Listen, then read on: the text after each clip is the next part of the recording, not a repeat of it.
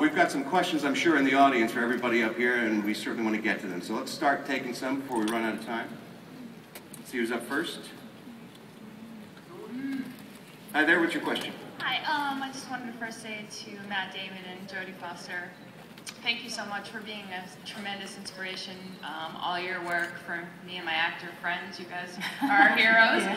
And then I guess my question is, for both of you, what has been the hardest role you've ever played? And then what was kind of the one thing that got you to rise to that challenge and kind of overcome why it was so hard? You want to go first? No, you go first. I got to think about it.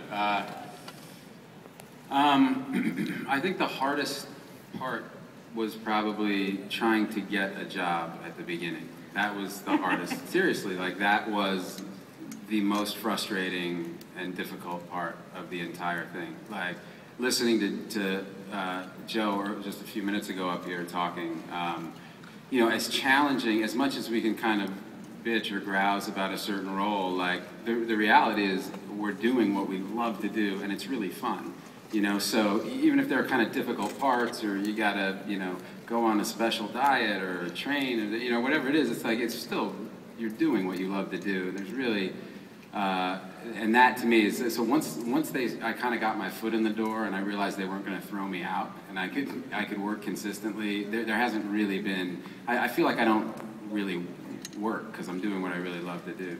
But the years of struggling to get a job was the most challenging part of the career. Well, I sometimes I feel like I come at this as an imposter, and that I wasn't born to be an actor, and I don't have any of those good attributes that actors have, like they can stand on a table and do imitations and put lampshades on their heads. It's just not my personality.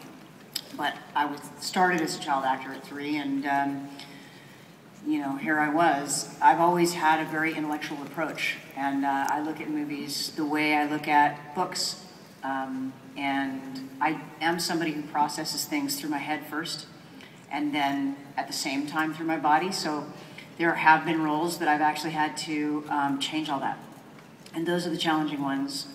Nell, for example. I don't know how great the movie was, but it was a challenge for me because it's not who I am. I mean, I'm not somebody that lives with my emotions on the outside. And what I found out that I thought was interesting was I was so worried about how I was going to figure it out, and what I realized is I just had to drink coffee and show up. And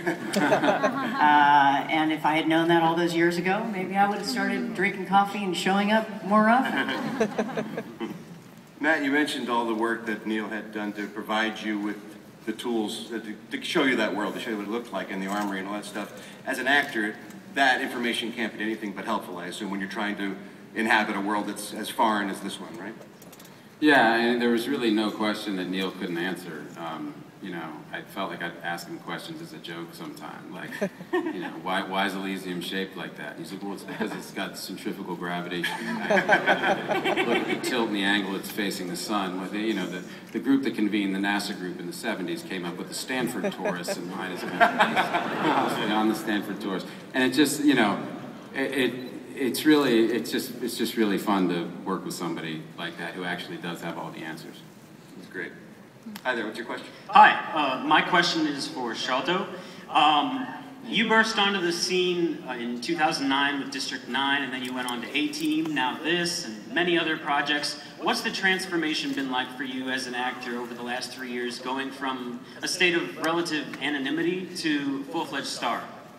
Well, I don't know about the full-fledged stardom thing, but certainly my life is, you know, I move around a lot. People say, where do you live? And I don't know right now. You know, right now I'm living in London, trying to work out how to play Angelina Jolie's True Love. I still can't believe that's happening. My friends at school are like, no way.